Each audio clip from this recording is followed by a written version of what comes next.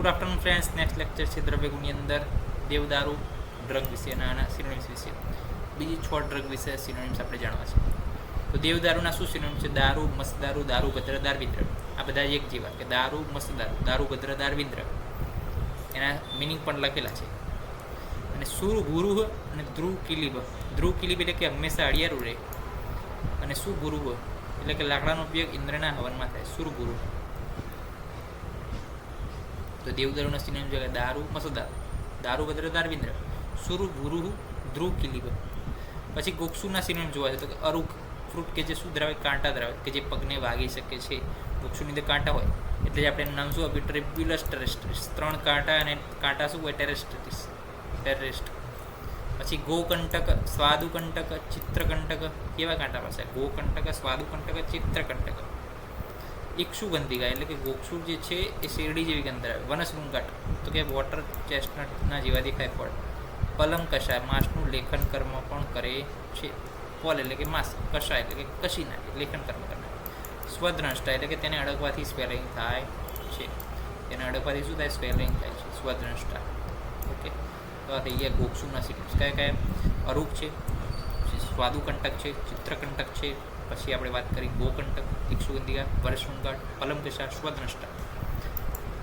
ગુડુચીના synonyms વિશે વાત કરવી છે તો ગુડુચી, મધુપર્ણી, અમૃતા, અમૃતવલ્લરી. ગુડુચીના બહુ સિનોનિમ્સ છે કારણ કે ઘણી જગ્યાએ મળે છે. આપણે ગુજરાતમાં પણ મળે છે અને ભારતમાં પણ મળે છે.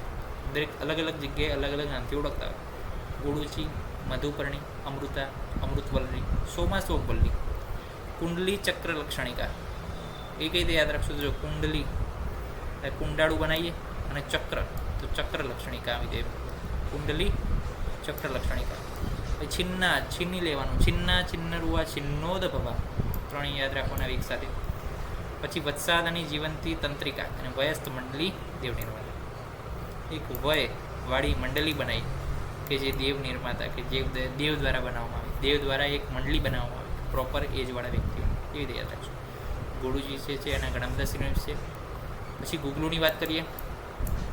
દેવધૂપ. ગુગલુનો ઉપયોગ ક્યાં થાય? તો કે દેવધૂપમાં એટલે કે પૂજા અર્ચના કરવા માટે. કૌશિક, કુંભળ, પૂર, મહિષક્ષ, જટાયુ અને પલમકશ. આ શેના સિનોનિમ્સ છે? તો કે આ સિનોનિમ્સ છે ગુગલુના.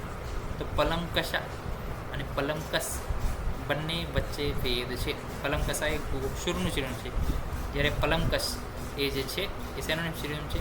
એ ગુગલુનું સિનોનિમ છે. યાદ રાખજો. પલમકસ ગુગલુનું છે, પલમકશા ગોક્ષુનું છે.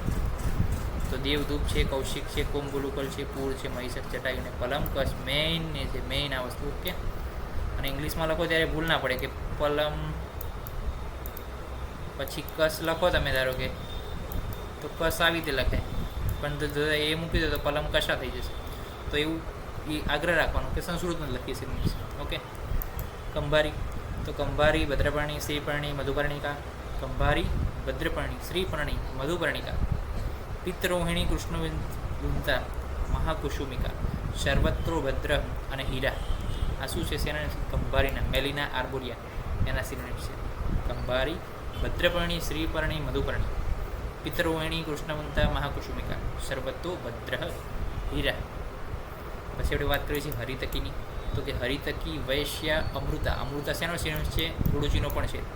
અભયા, પથ્યા, જીવંતી. જીવંતી પણ શેનો સિનોનિમ્સ છે? ગુડુચીનો છે. રોહિણી, કાયસ્થા. પૂતના કે જે દોષોનો છે. અવ્યથા કે જે સાઈડ ઇફેક્ટ ઉત્પન્ન કરતું નથી. હેમવતી કે જે હિમાલયમાં ઉગે છે અને બધે ઉગે છે મોટાભાગે. શ્રેયસી તો કે જે શ્રેય પામી છે ડ્રગ આયુર્વેદની અંદર, કે જેને વધારેમાં વધારે મહત્વ મળ્યું છે. શિવા કે જે પ્રોસ્પોરિટી પૂરી પાડે છે, જે કલ્યાણકારી ઇફેક્ટ આપે છે. અને વિજયા કે જે બધી જ વ્યાધિ ઉપર શમન કરે છે, બધી જ વ્યાધિ ઉપર જય પામવા માટે જે તૈયાર છે એવી ડ્રગ કઈ છે? હરિતકી. આ બધા જ સિનોનિમ્સ એમને લાગુ પડે છે.